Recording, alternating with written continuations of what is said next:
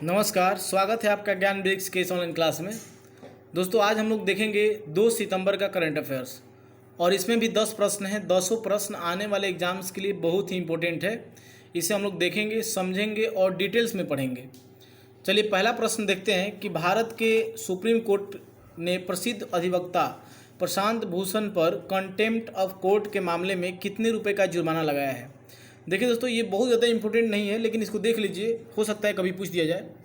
तो ये 1 रुपये का जुर्माना लगाया गया है। कितने रुपए का? 1 रुपये का। तो 1 का आंसर डी बिल्कुल सही है। 1 रुपये का जुर्माना लगाया गया है। सुप्रीम कोर्ट द्वारा न्यायालय की अवमानना अधिनियम 1971 के तहत प्रशांत भूषण पर यह जुर्माना लगाया गया है। सुप्रीम कोर्ट के बार बार कहने के बाद भी प्रशांत भूषण नहीं मान रहे थे, तो ये उन पर 1 रुपये का जुर्माना लगाया गया, या अगर ये नहीं चुका पाते हैं तो 3 महीने की जेल भी हो सकती है। तो ये उस 1971 के नियम के तहत दिया गया। आगे देखते हैं दूसरा प्रश्न। 1 का आंसर क्या हो जाएगा? 1 का आंसर डी बिल्कुल सही है।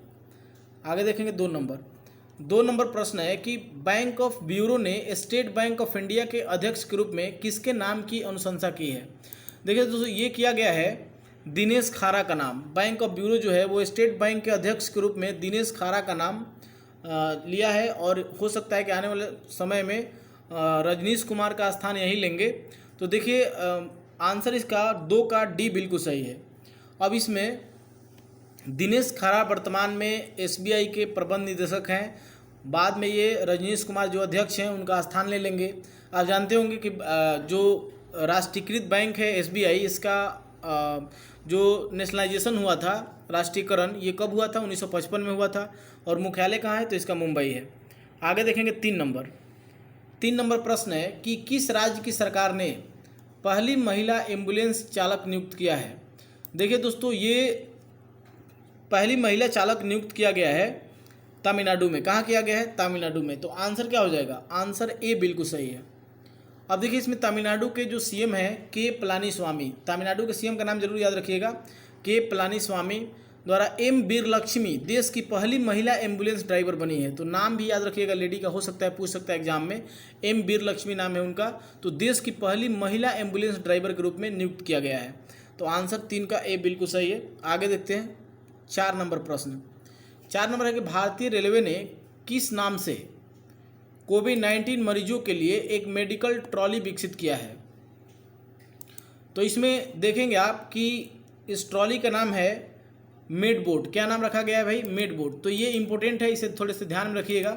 और इसमें कुछ खास बात नहीं है, अगर जानना चाहते हैं तो जान सकते हैं। आंसर सी बिल्कुल सही है। इसमें कोविड-19 के रोगियों को भोजन व दवा पहुंचाने में मदद करने के लिए ये लॉन्च किया गया है। भारतीय रेलवे द्वारा 960 से ज़्यादा रेलवे स्टेशनों का सौरीकरण की घोषणा की गई है।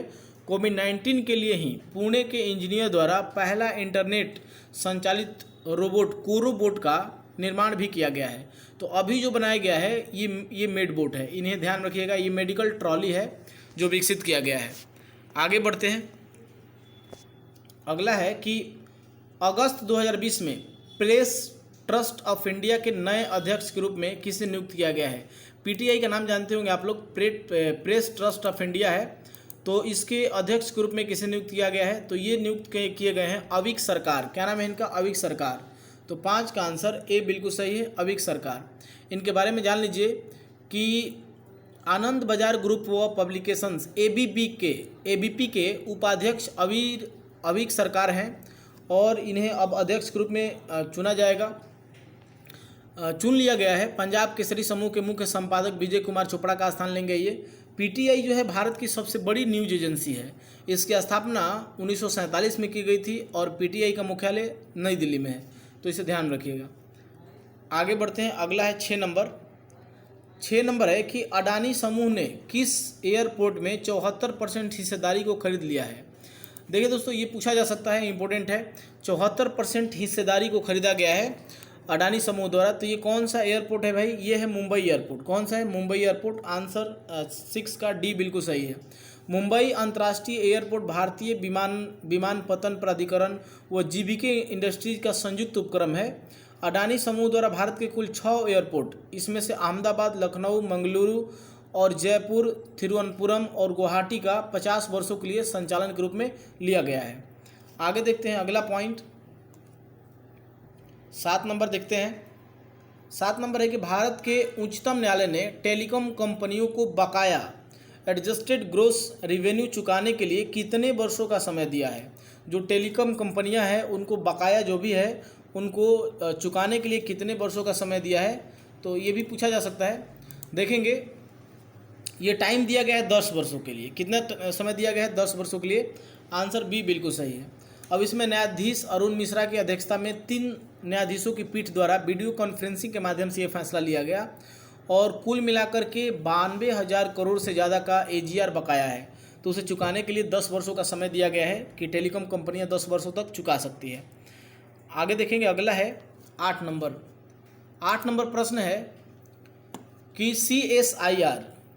CMERI ने किस राज्य में दुनिया के सबसे बड़े सौर वृक्ष को स्थापित किया है। सौर वृक्ष आप जानते होंगे सोलर प्लेट से संबंधित होगा, सौर एनर्जी से संबंधित होगा।